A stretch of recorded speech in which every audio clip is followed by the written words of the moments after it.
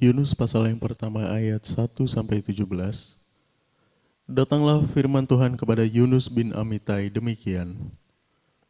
Bangunlah, pergilah ke Niniwe, kota yang besar itu, berserulah terhadap mereka karena kejahatannya telah sampai kepadaku. Tetapi Yunus bersiap untuk melarikan diri ke Tarsis, jauh dari hadapan Tuhan. Ia pergi ke Yafo dan mendapat di sana sebuah kapal yang akan berangkat ke Tarsis. Ia membayar biaya perjalanannya, lalu naik kapal itu untuk berlayar bersama-sama dengan mereka ke Tarsis, jauh dari hadapan Tuhan. Tetapi Tuhan menurunkan angin ribut ke laut, lalu terjadilah badai besar sehingga kapal itu hampir-hampir terpukul hancur. Awak kapal menjadi takut, masing-masing berteriak-teriak kepada Allahnya, dan mereka membuang ke dalam laut segala muatan kapal itu untuk meringankannya. Tetapi Yunus telah turun ke dalam ruang kapal yang paling bawah dan berbaring di situ, lalu tertidur dengan nyenyak. Datanglah nahkoda mendapatkannya sambil berkata, "Bagaimana mungkin engkau tidur begitu nyenyak? Bangunlah, berserulah kepada Allahmu, barangkali Allah itu akan mengindahkan kita sehingga kita tidak binasa." Lalu berkatalah mereka satu sama lain, "Marilah kita buang undi supaya kita mengetahui karena siapa kita ditimpa oleh malapetaka ini." Mereka membuang undi dan Yunuslah yang kena undi.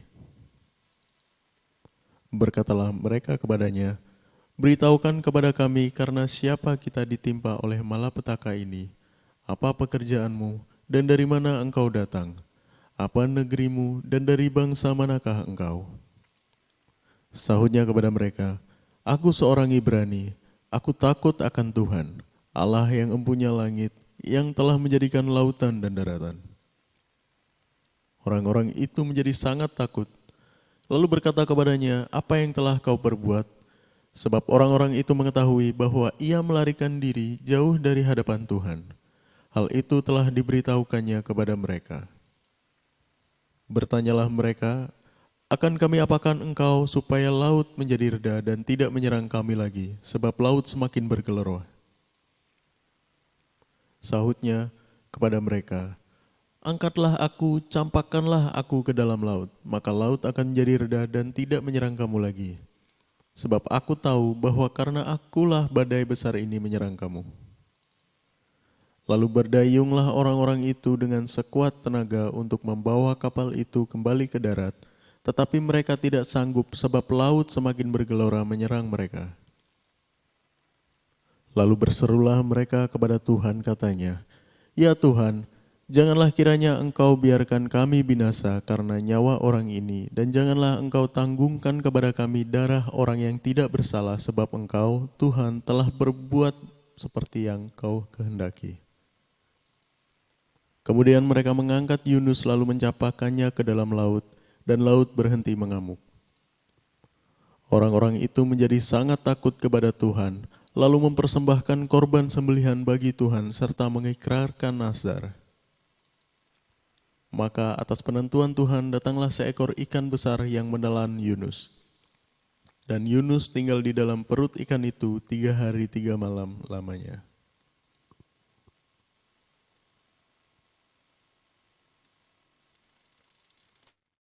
Shalom teman-teman, selamat malam, Tuhan berkati ya.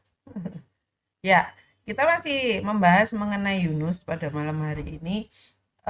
Di Yunus 1 sampai 17 tadi sudah dibacakan, tapi saya minta untuk dibukakan di ayat kedua dan ketiga nanti.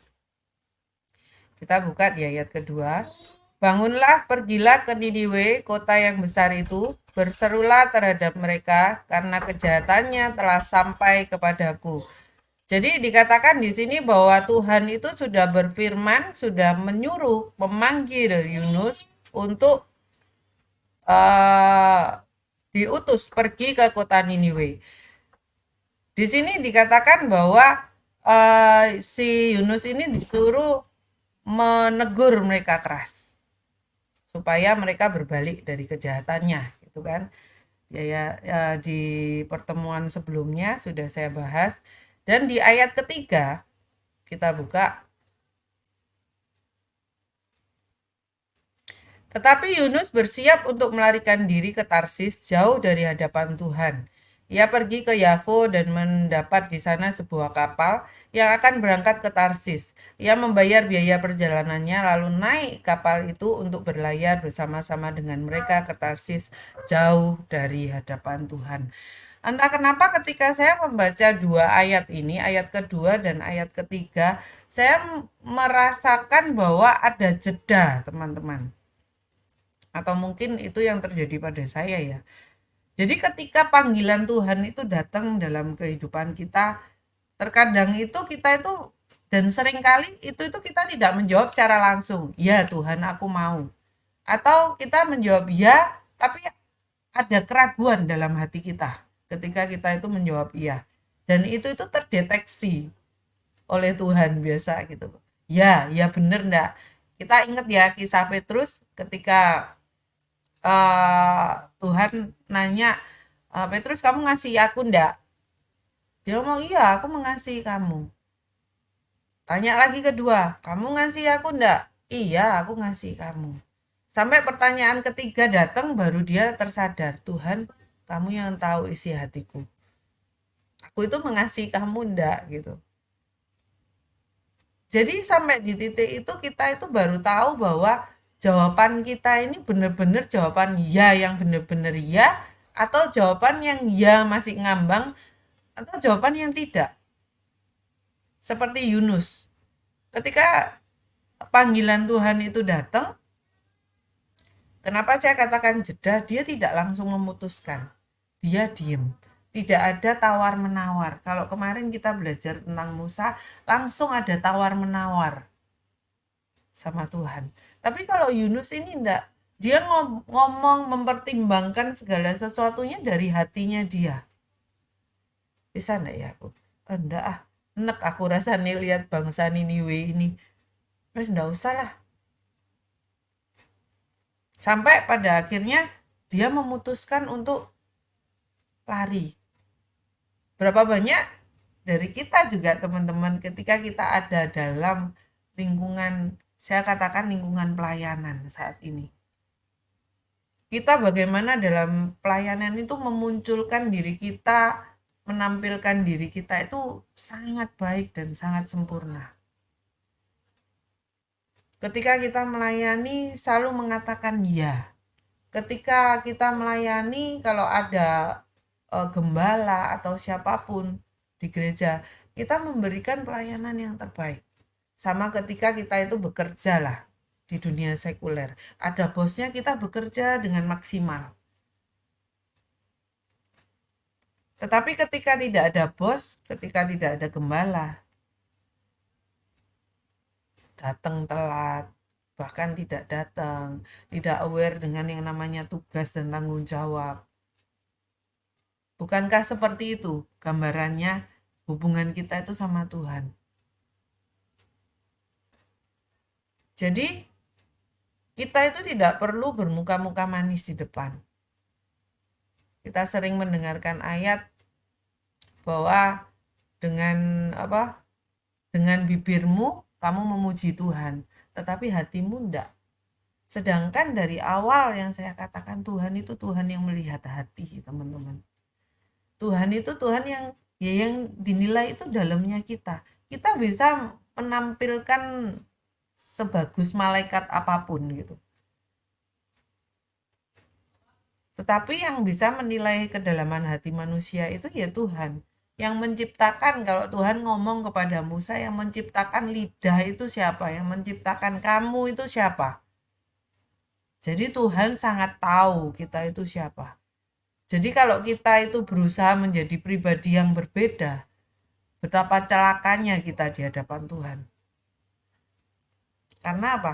Ya kita selalu diajar untuk jujur. Kamu mau apa? Kamu bisa enggak? Loh kalau enggak bisa, katakan tidak bisa teman-teman. Kalau mau, katakan mau. Kalau enggak mau, katakan tidak mau. Jangan sampai kita kena ayat lagi yang berbicara bahwa hanya perintah manusia yang dikerjakan. Bukan maunya Tuhan yang kita kerjakan. Betapa pentingnya itu ketika kita memutuskan untuk melayani, memutuskan apapun yang kita kerjakan. Saya katakan ini untuk teman-teman yang di dalam Tuhan ya. Yang kita itu pelayanan, sudah terlibat dalam, mengenal Tuhan dalam, ikut kegiatan ini, kegiatan itu, banyak sekali yang kita ikuti. Itu semua pasti berdampak dalam kehidupan kita. Bukan sekedar kehidupan rohani loh teman-teman. Tapi kehidupan rohani kita itu akan berdampak pada kehidupan jasmani kita, berdampak pada lingkungan di sekitar kita, pekerjaan kita, anak kita, pasangan kita, orang tua kita. Itu semua itu akan menjadi sebuah kumpulan rapot buat hidup kita. Jadi kalau kita mau bermain-main sama Tuhan ketika panggilan itu datang, ya hidup kita itu akan penuh dengan permainan nantinya. Tetapi ketika kita mau menampilkan apa adanya kita, lah Yunus ini menampilkan apa adanya dia enggak? Dia apa adanya sekali. Nanti kalau berlanjut, kalau di episode ini tidak, di malam hari ini tidak sempat, kita lanjut ke part yang lain. Loh, Yunus ini orang yang benar-benar apa adanya dia. Cuman kenapa dia tidak menyampaikan kepada Tuhan? Dia tidak tahu bahwa, loh, kamu mau lari kemanapun Tuhan ada di situ masalahnya. Jadi Yunus bersiap untuk melarikan diri ke Tarsis. Dikatakan. Jauh dari hadapan Tuhan. Ia pergi ke Yafo dan mendapat di sana sebuah kapal yang akan berangkat ke Tarsis. Ia membayar biaya perjalanannya, lalu naik kapal itu untuk berlayar bersama-sama dengan mereka ke Tarsis. Jauh dari hadapan Tuhan. Kau bisa berlari seberapa jauh sih teman-teman? Kau bisa menyembunyikan dirimu, aslinya dirimu itu seberapa pinternya sih? Karena pada akhirnya itu akan terbuka semua kok gitu. Pada akhirnya orang bisa menilai kok kita itu siapa sih. Loh, saya sendiri pun bisa menilai diri saya itu kurangnya di mana, teman-teman. Wah, dipakai luar biasa nih melayani. Wah, pekerjaan luar biasa nih. Coba tanya, ketika masuk ke rumah saya, tanya pada orang tua saya, tanya pada adik-adik saya, tanya pada anak-anak saya. Mami ini ya, HP terus, ya kan? Kerjaan terus. Jadi tidak ada yang sempurna memang di dalam kehidupan kita. Ketika kita itu yang dikatakan ya, kalau kita ngambil kisah, dicomot lagi kisah tentang Musa. Ketika dia mengharapkan bahwa ketika Tuhan hadir dalam kehidupan kita maka semuanya beres. Tidak bisa seperti itu. Ketika Tuhan hadir dalam kehidupan kita, yang nyata-nyata adalah kita tahu ada bayangan gelap yang mengikuti kita kok. Kita tahu sisi lemah kita itu apa.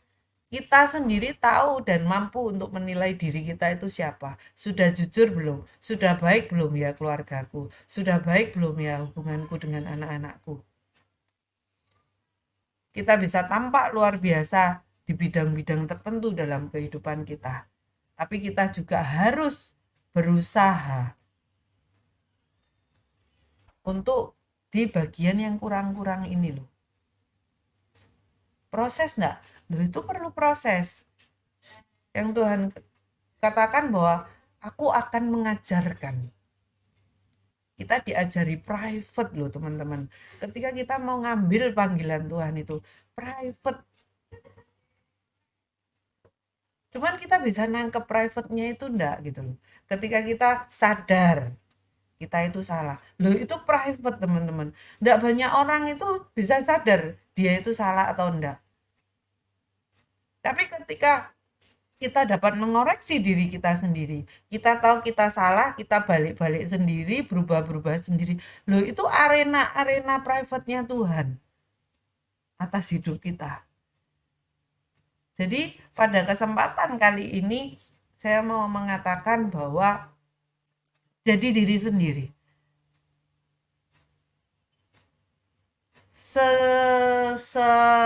seperti apa maunya kita, ya jadilah itu. Kalau mau katakan mau, kalau enggak ya katakan enggak. Tapi seperti yang awal saya katakan, ketika panggilan Tuhan datang, kita mau meresponi dengan benar, kita mau ngomong Tuhan aku mau. Tuhan panggil apa? Aku mau. Mau dulu aja. Maka tuntunan-tuntunan itu, kita itu nurut, kita itu mau ngikuti prosesnya, maka area-area private bersama Tuhan itu terbuka lebar buat kita. Itu saja teman-teman yang mau saya bagikan. Thank you buat malam hari ini. Tuhan Yesus memberkati.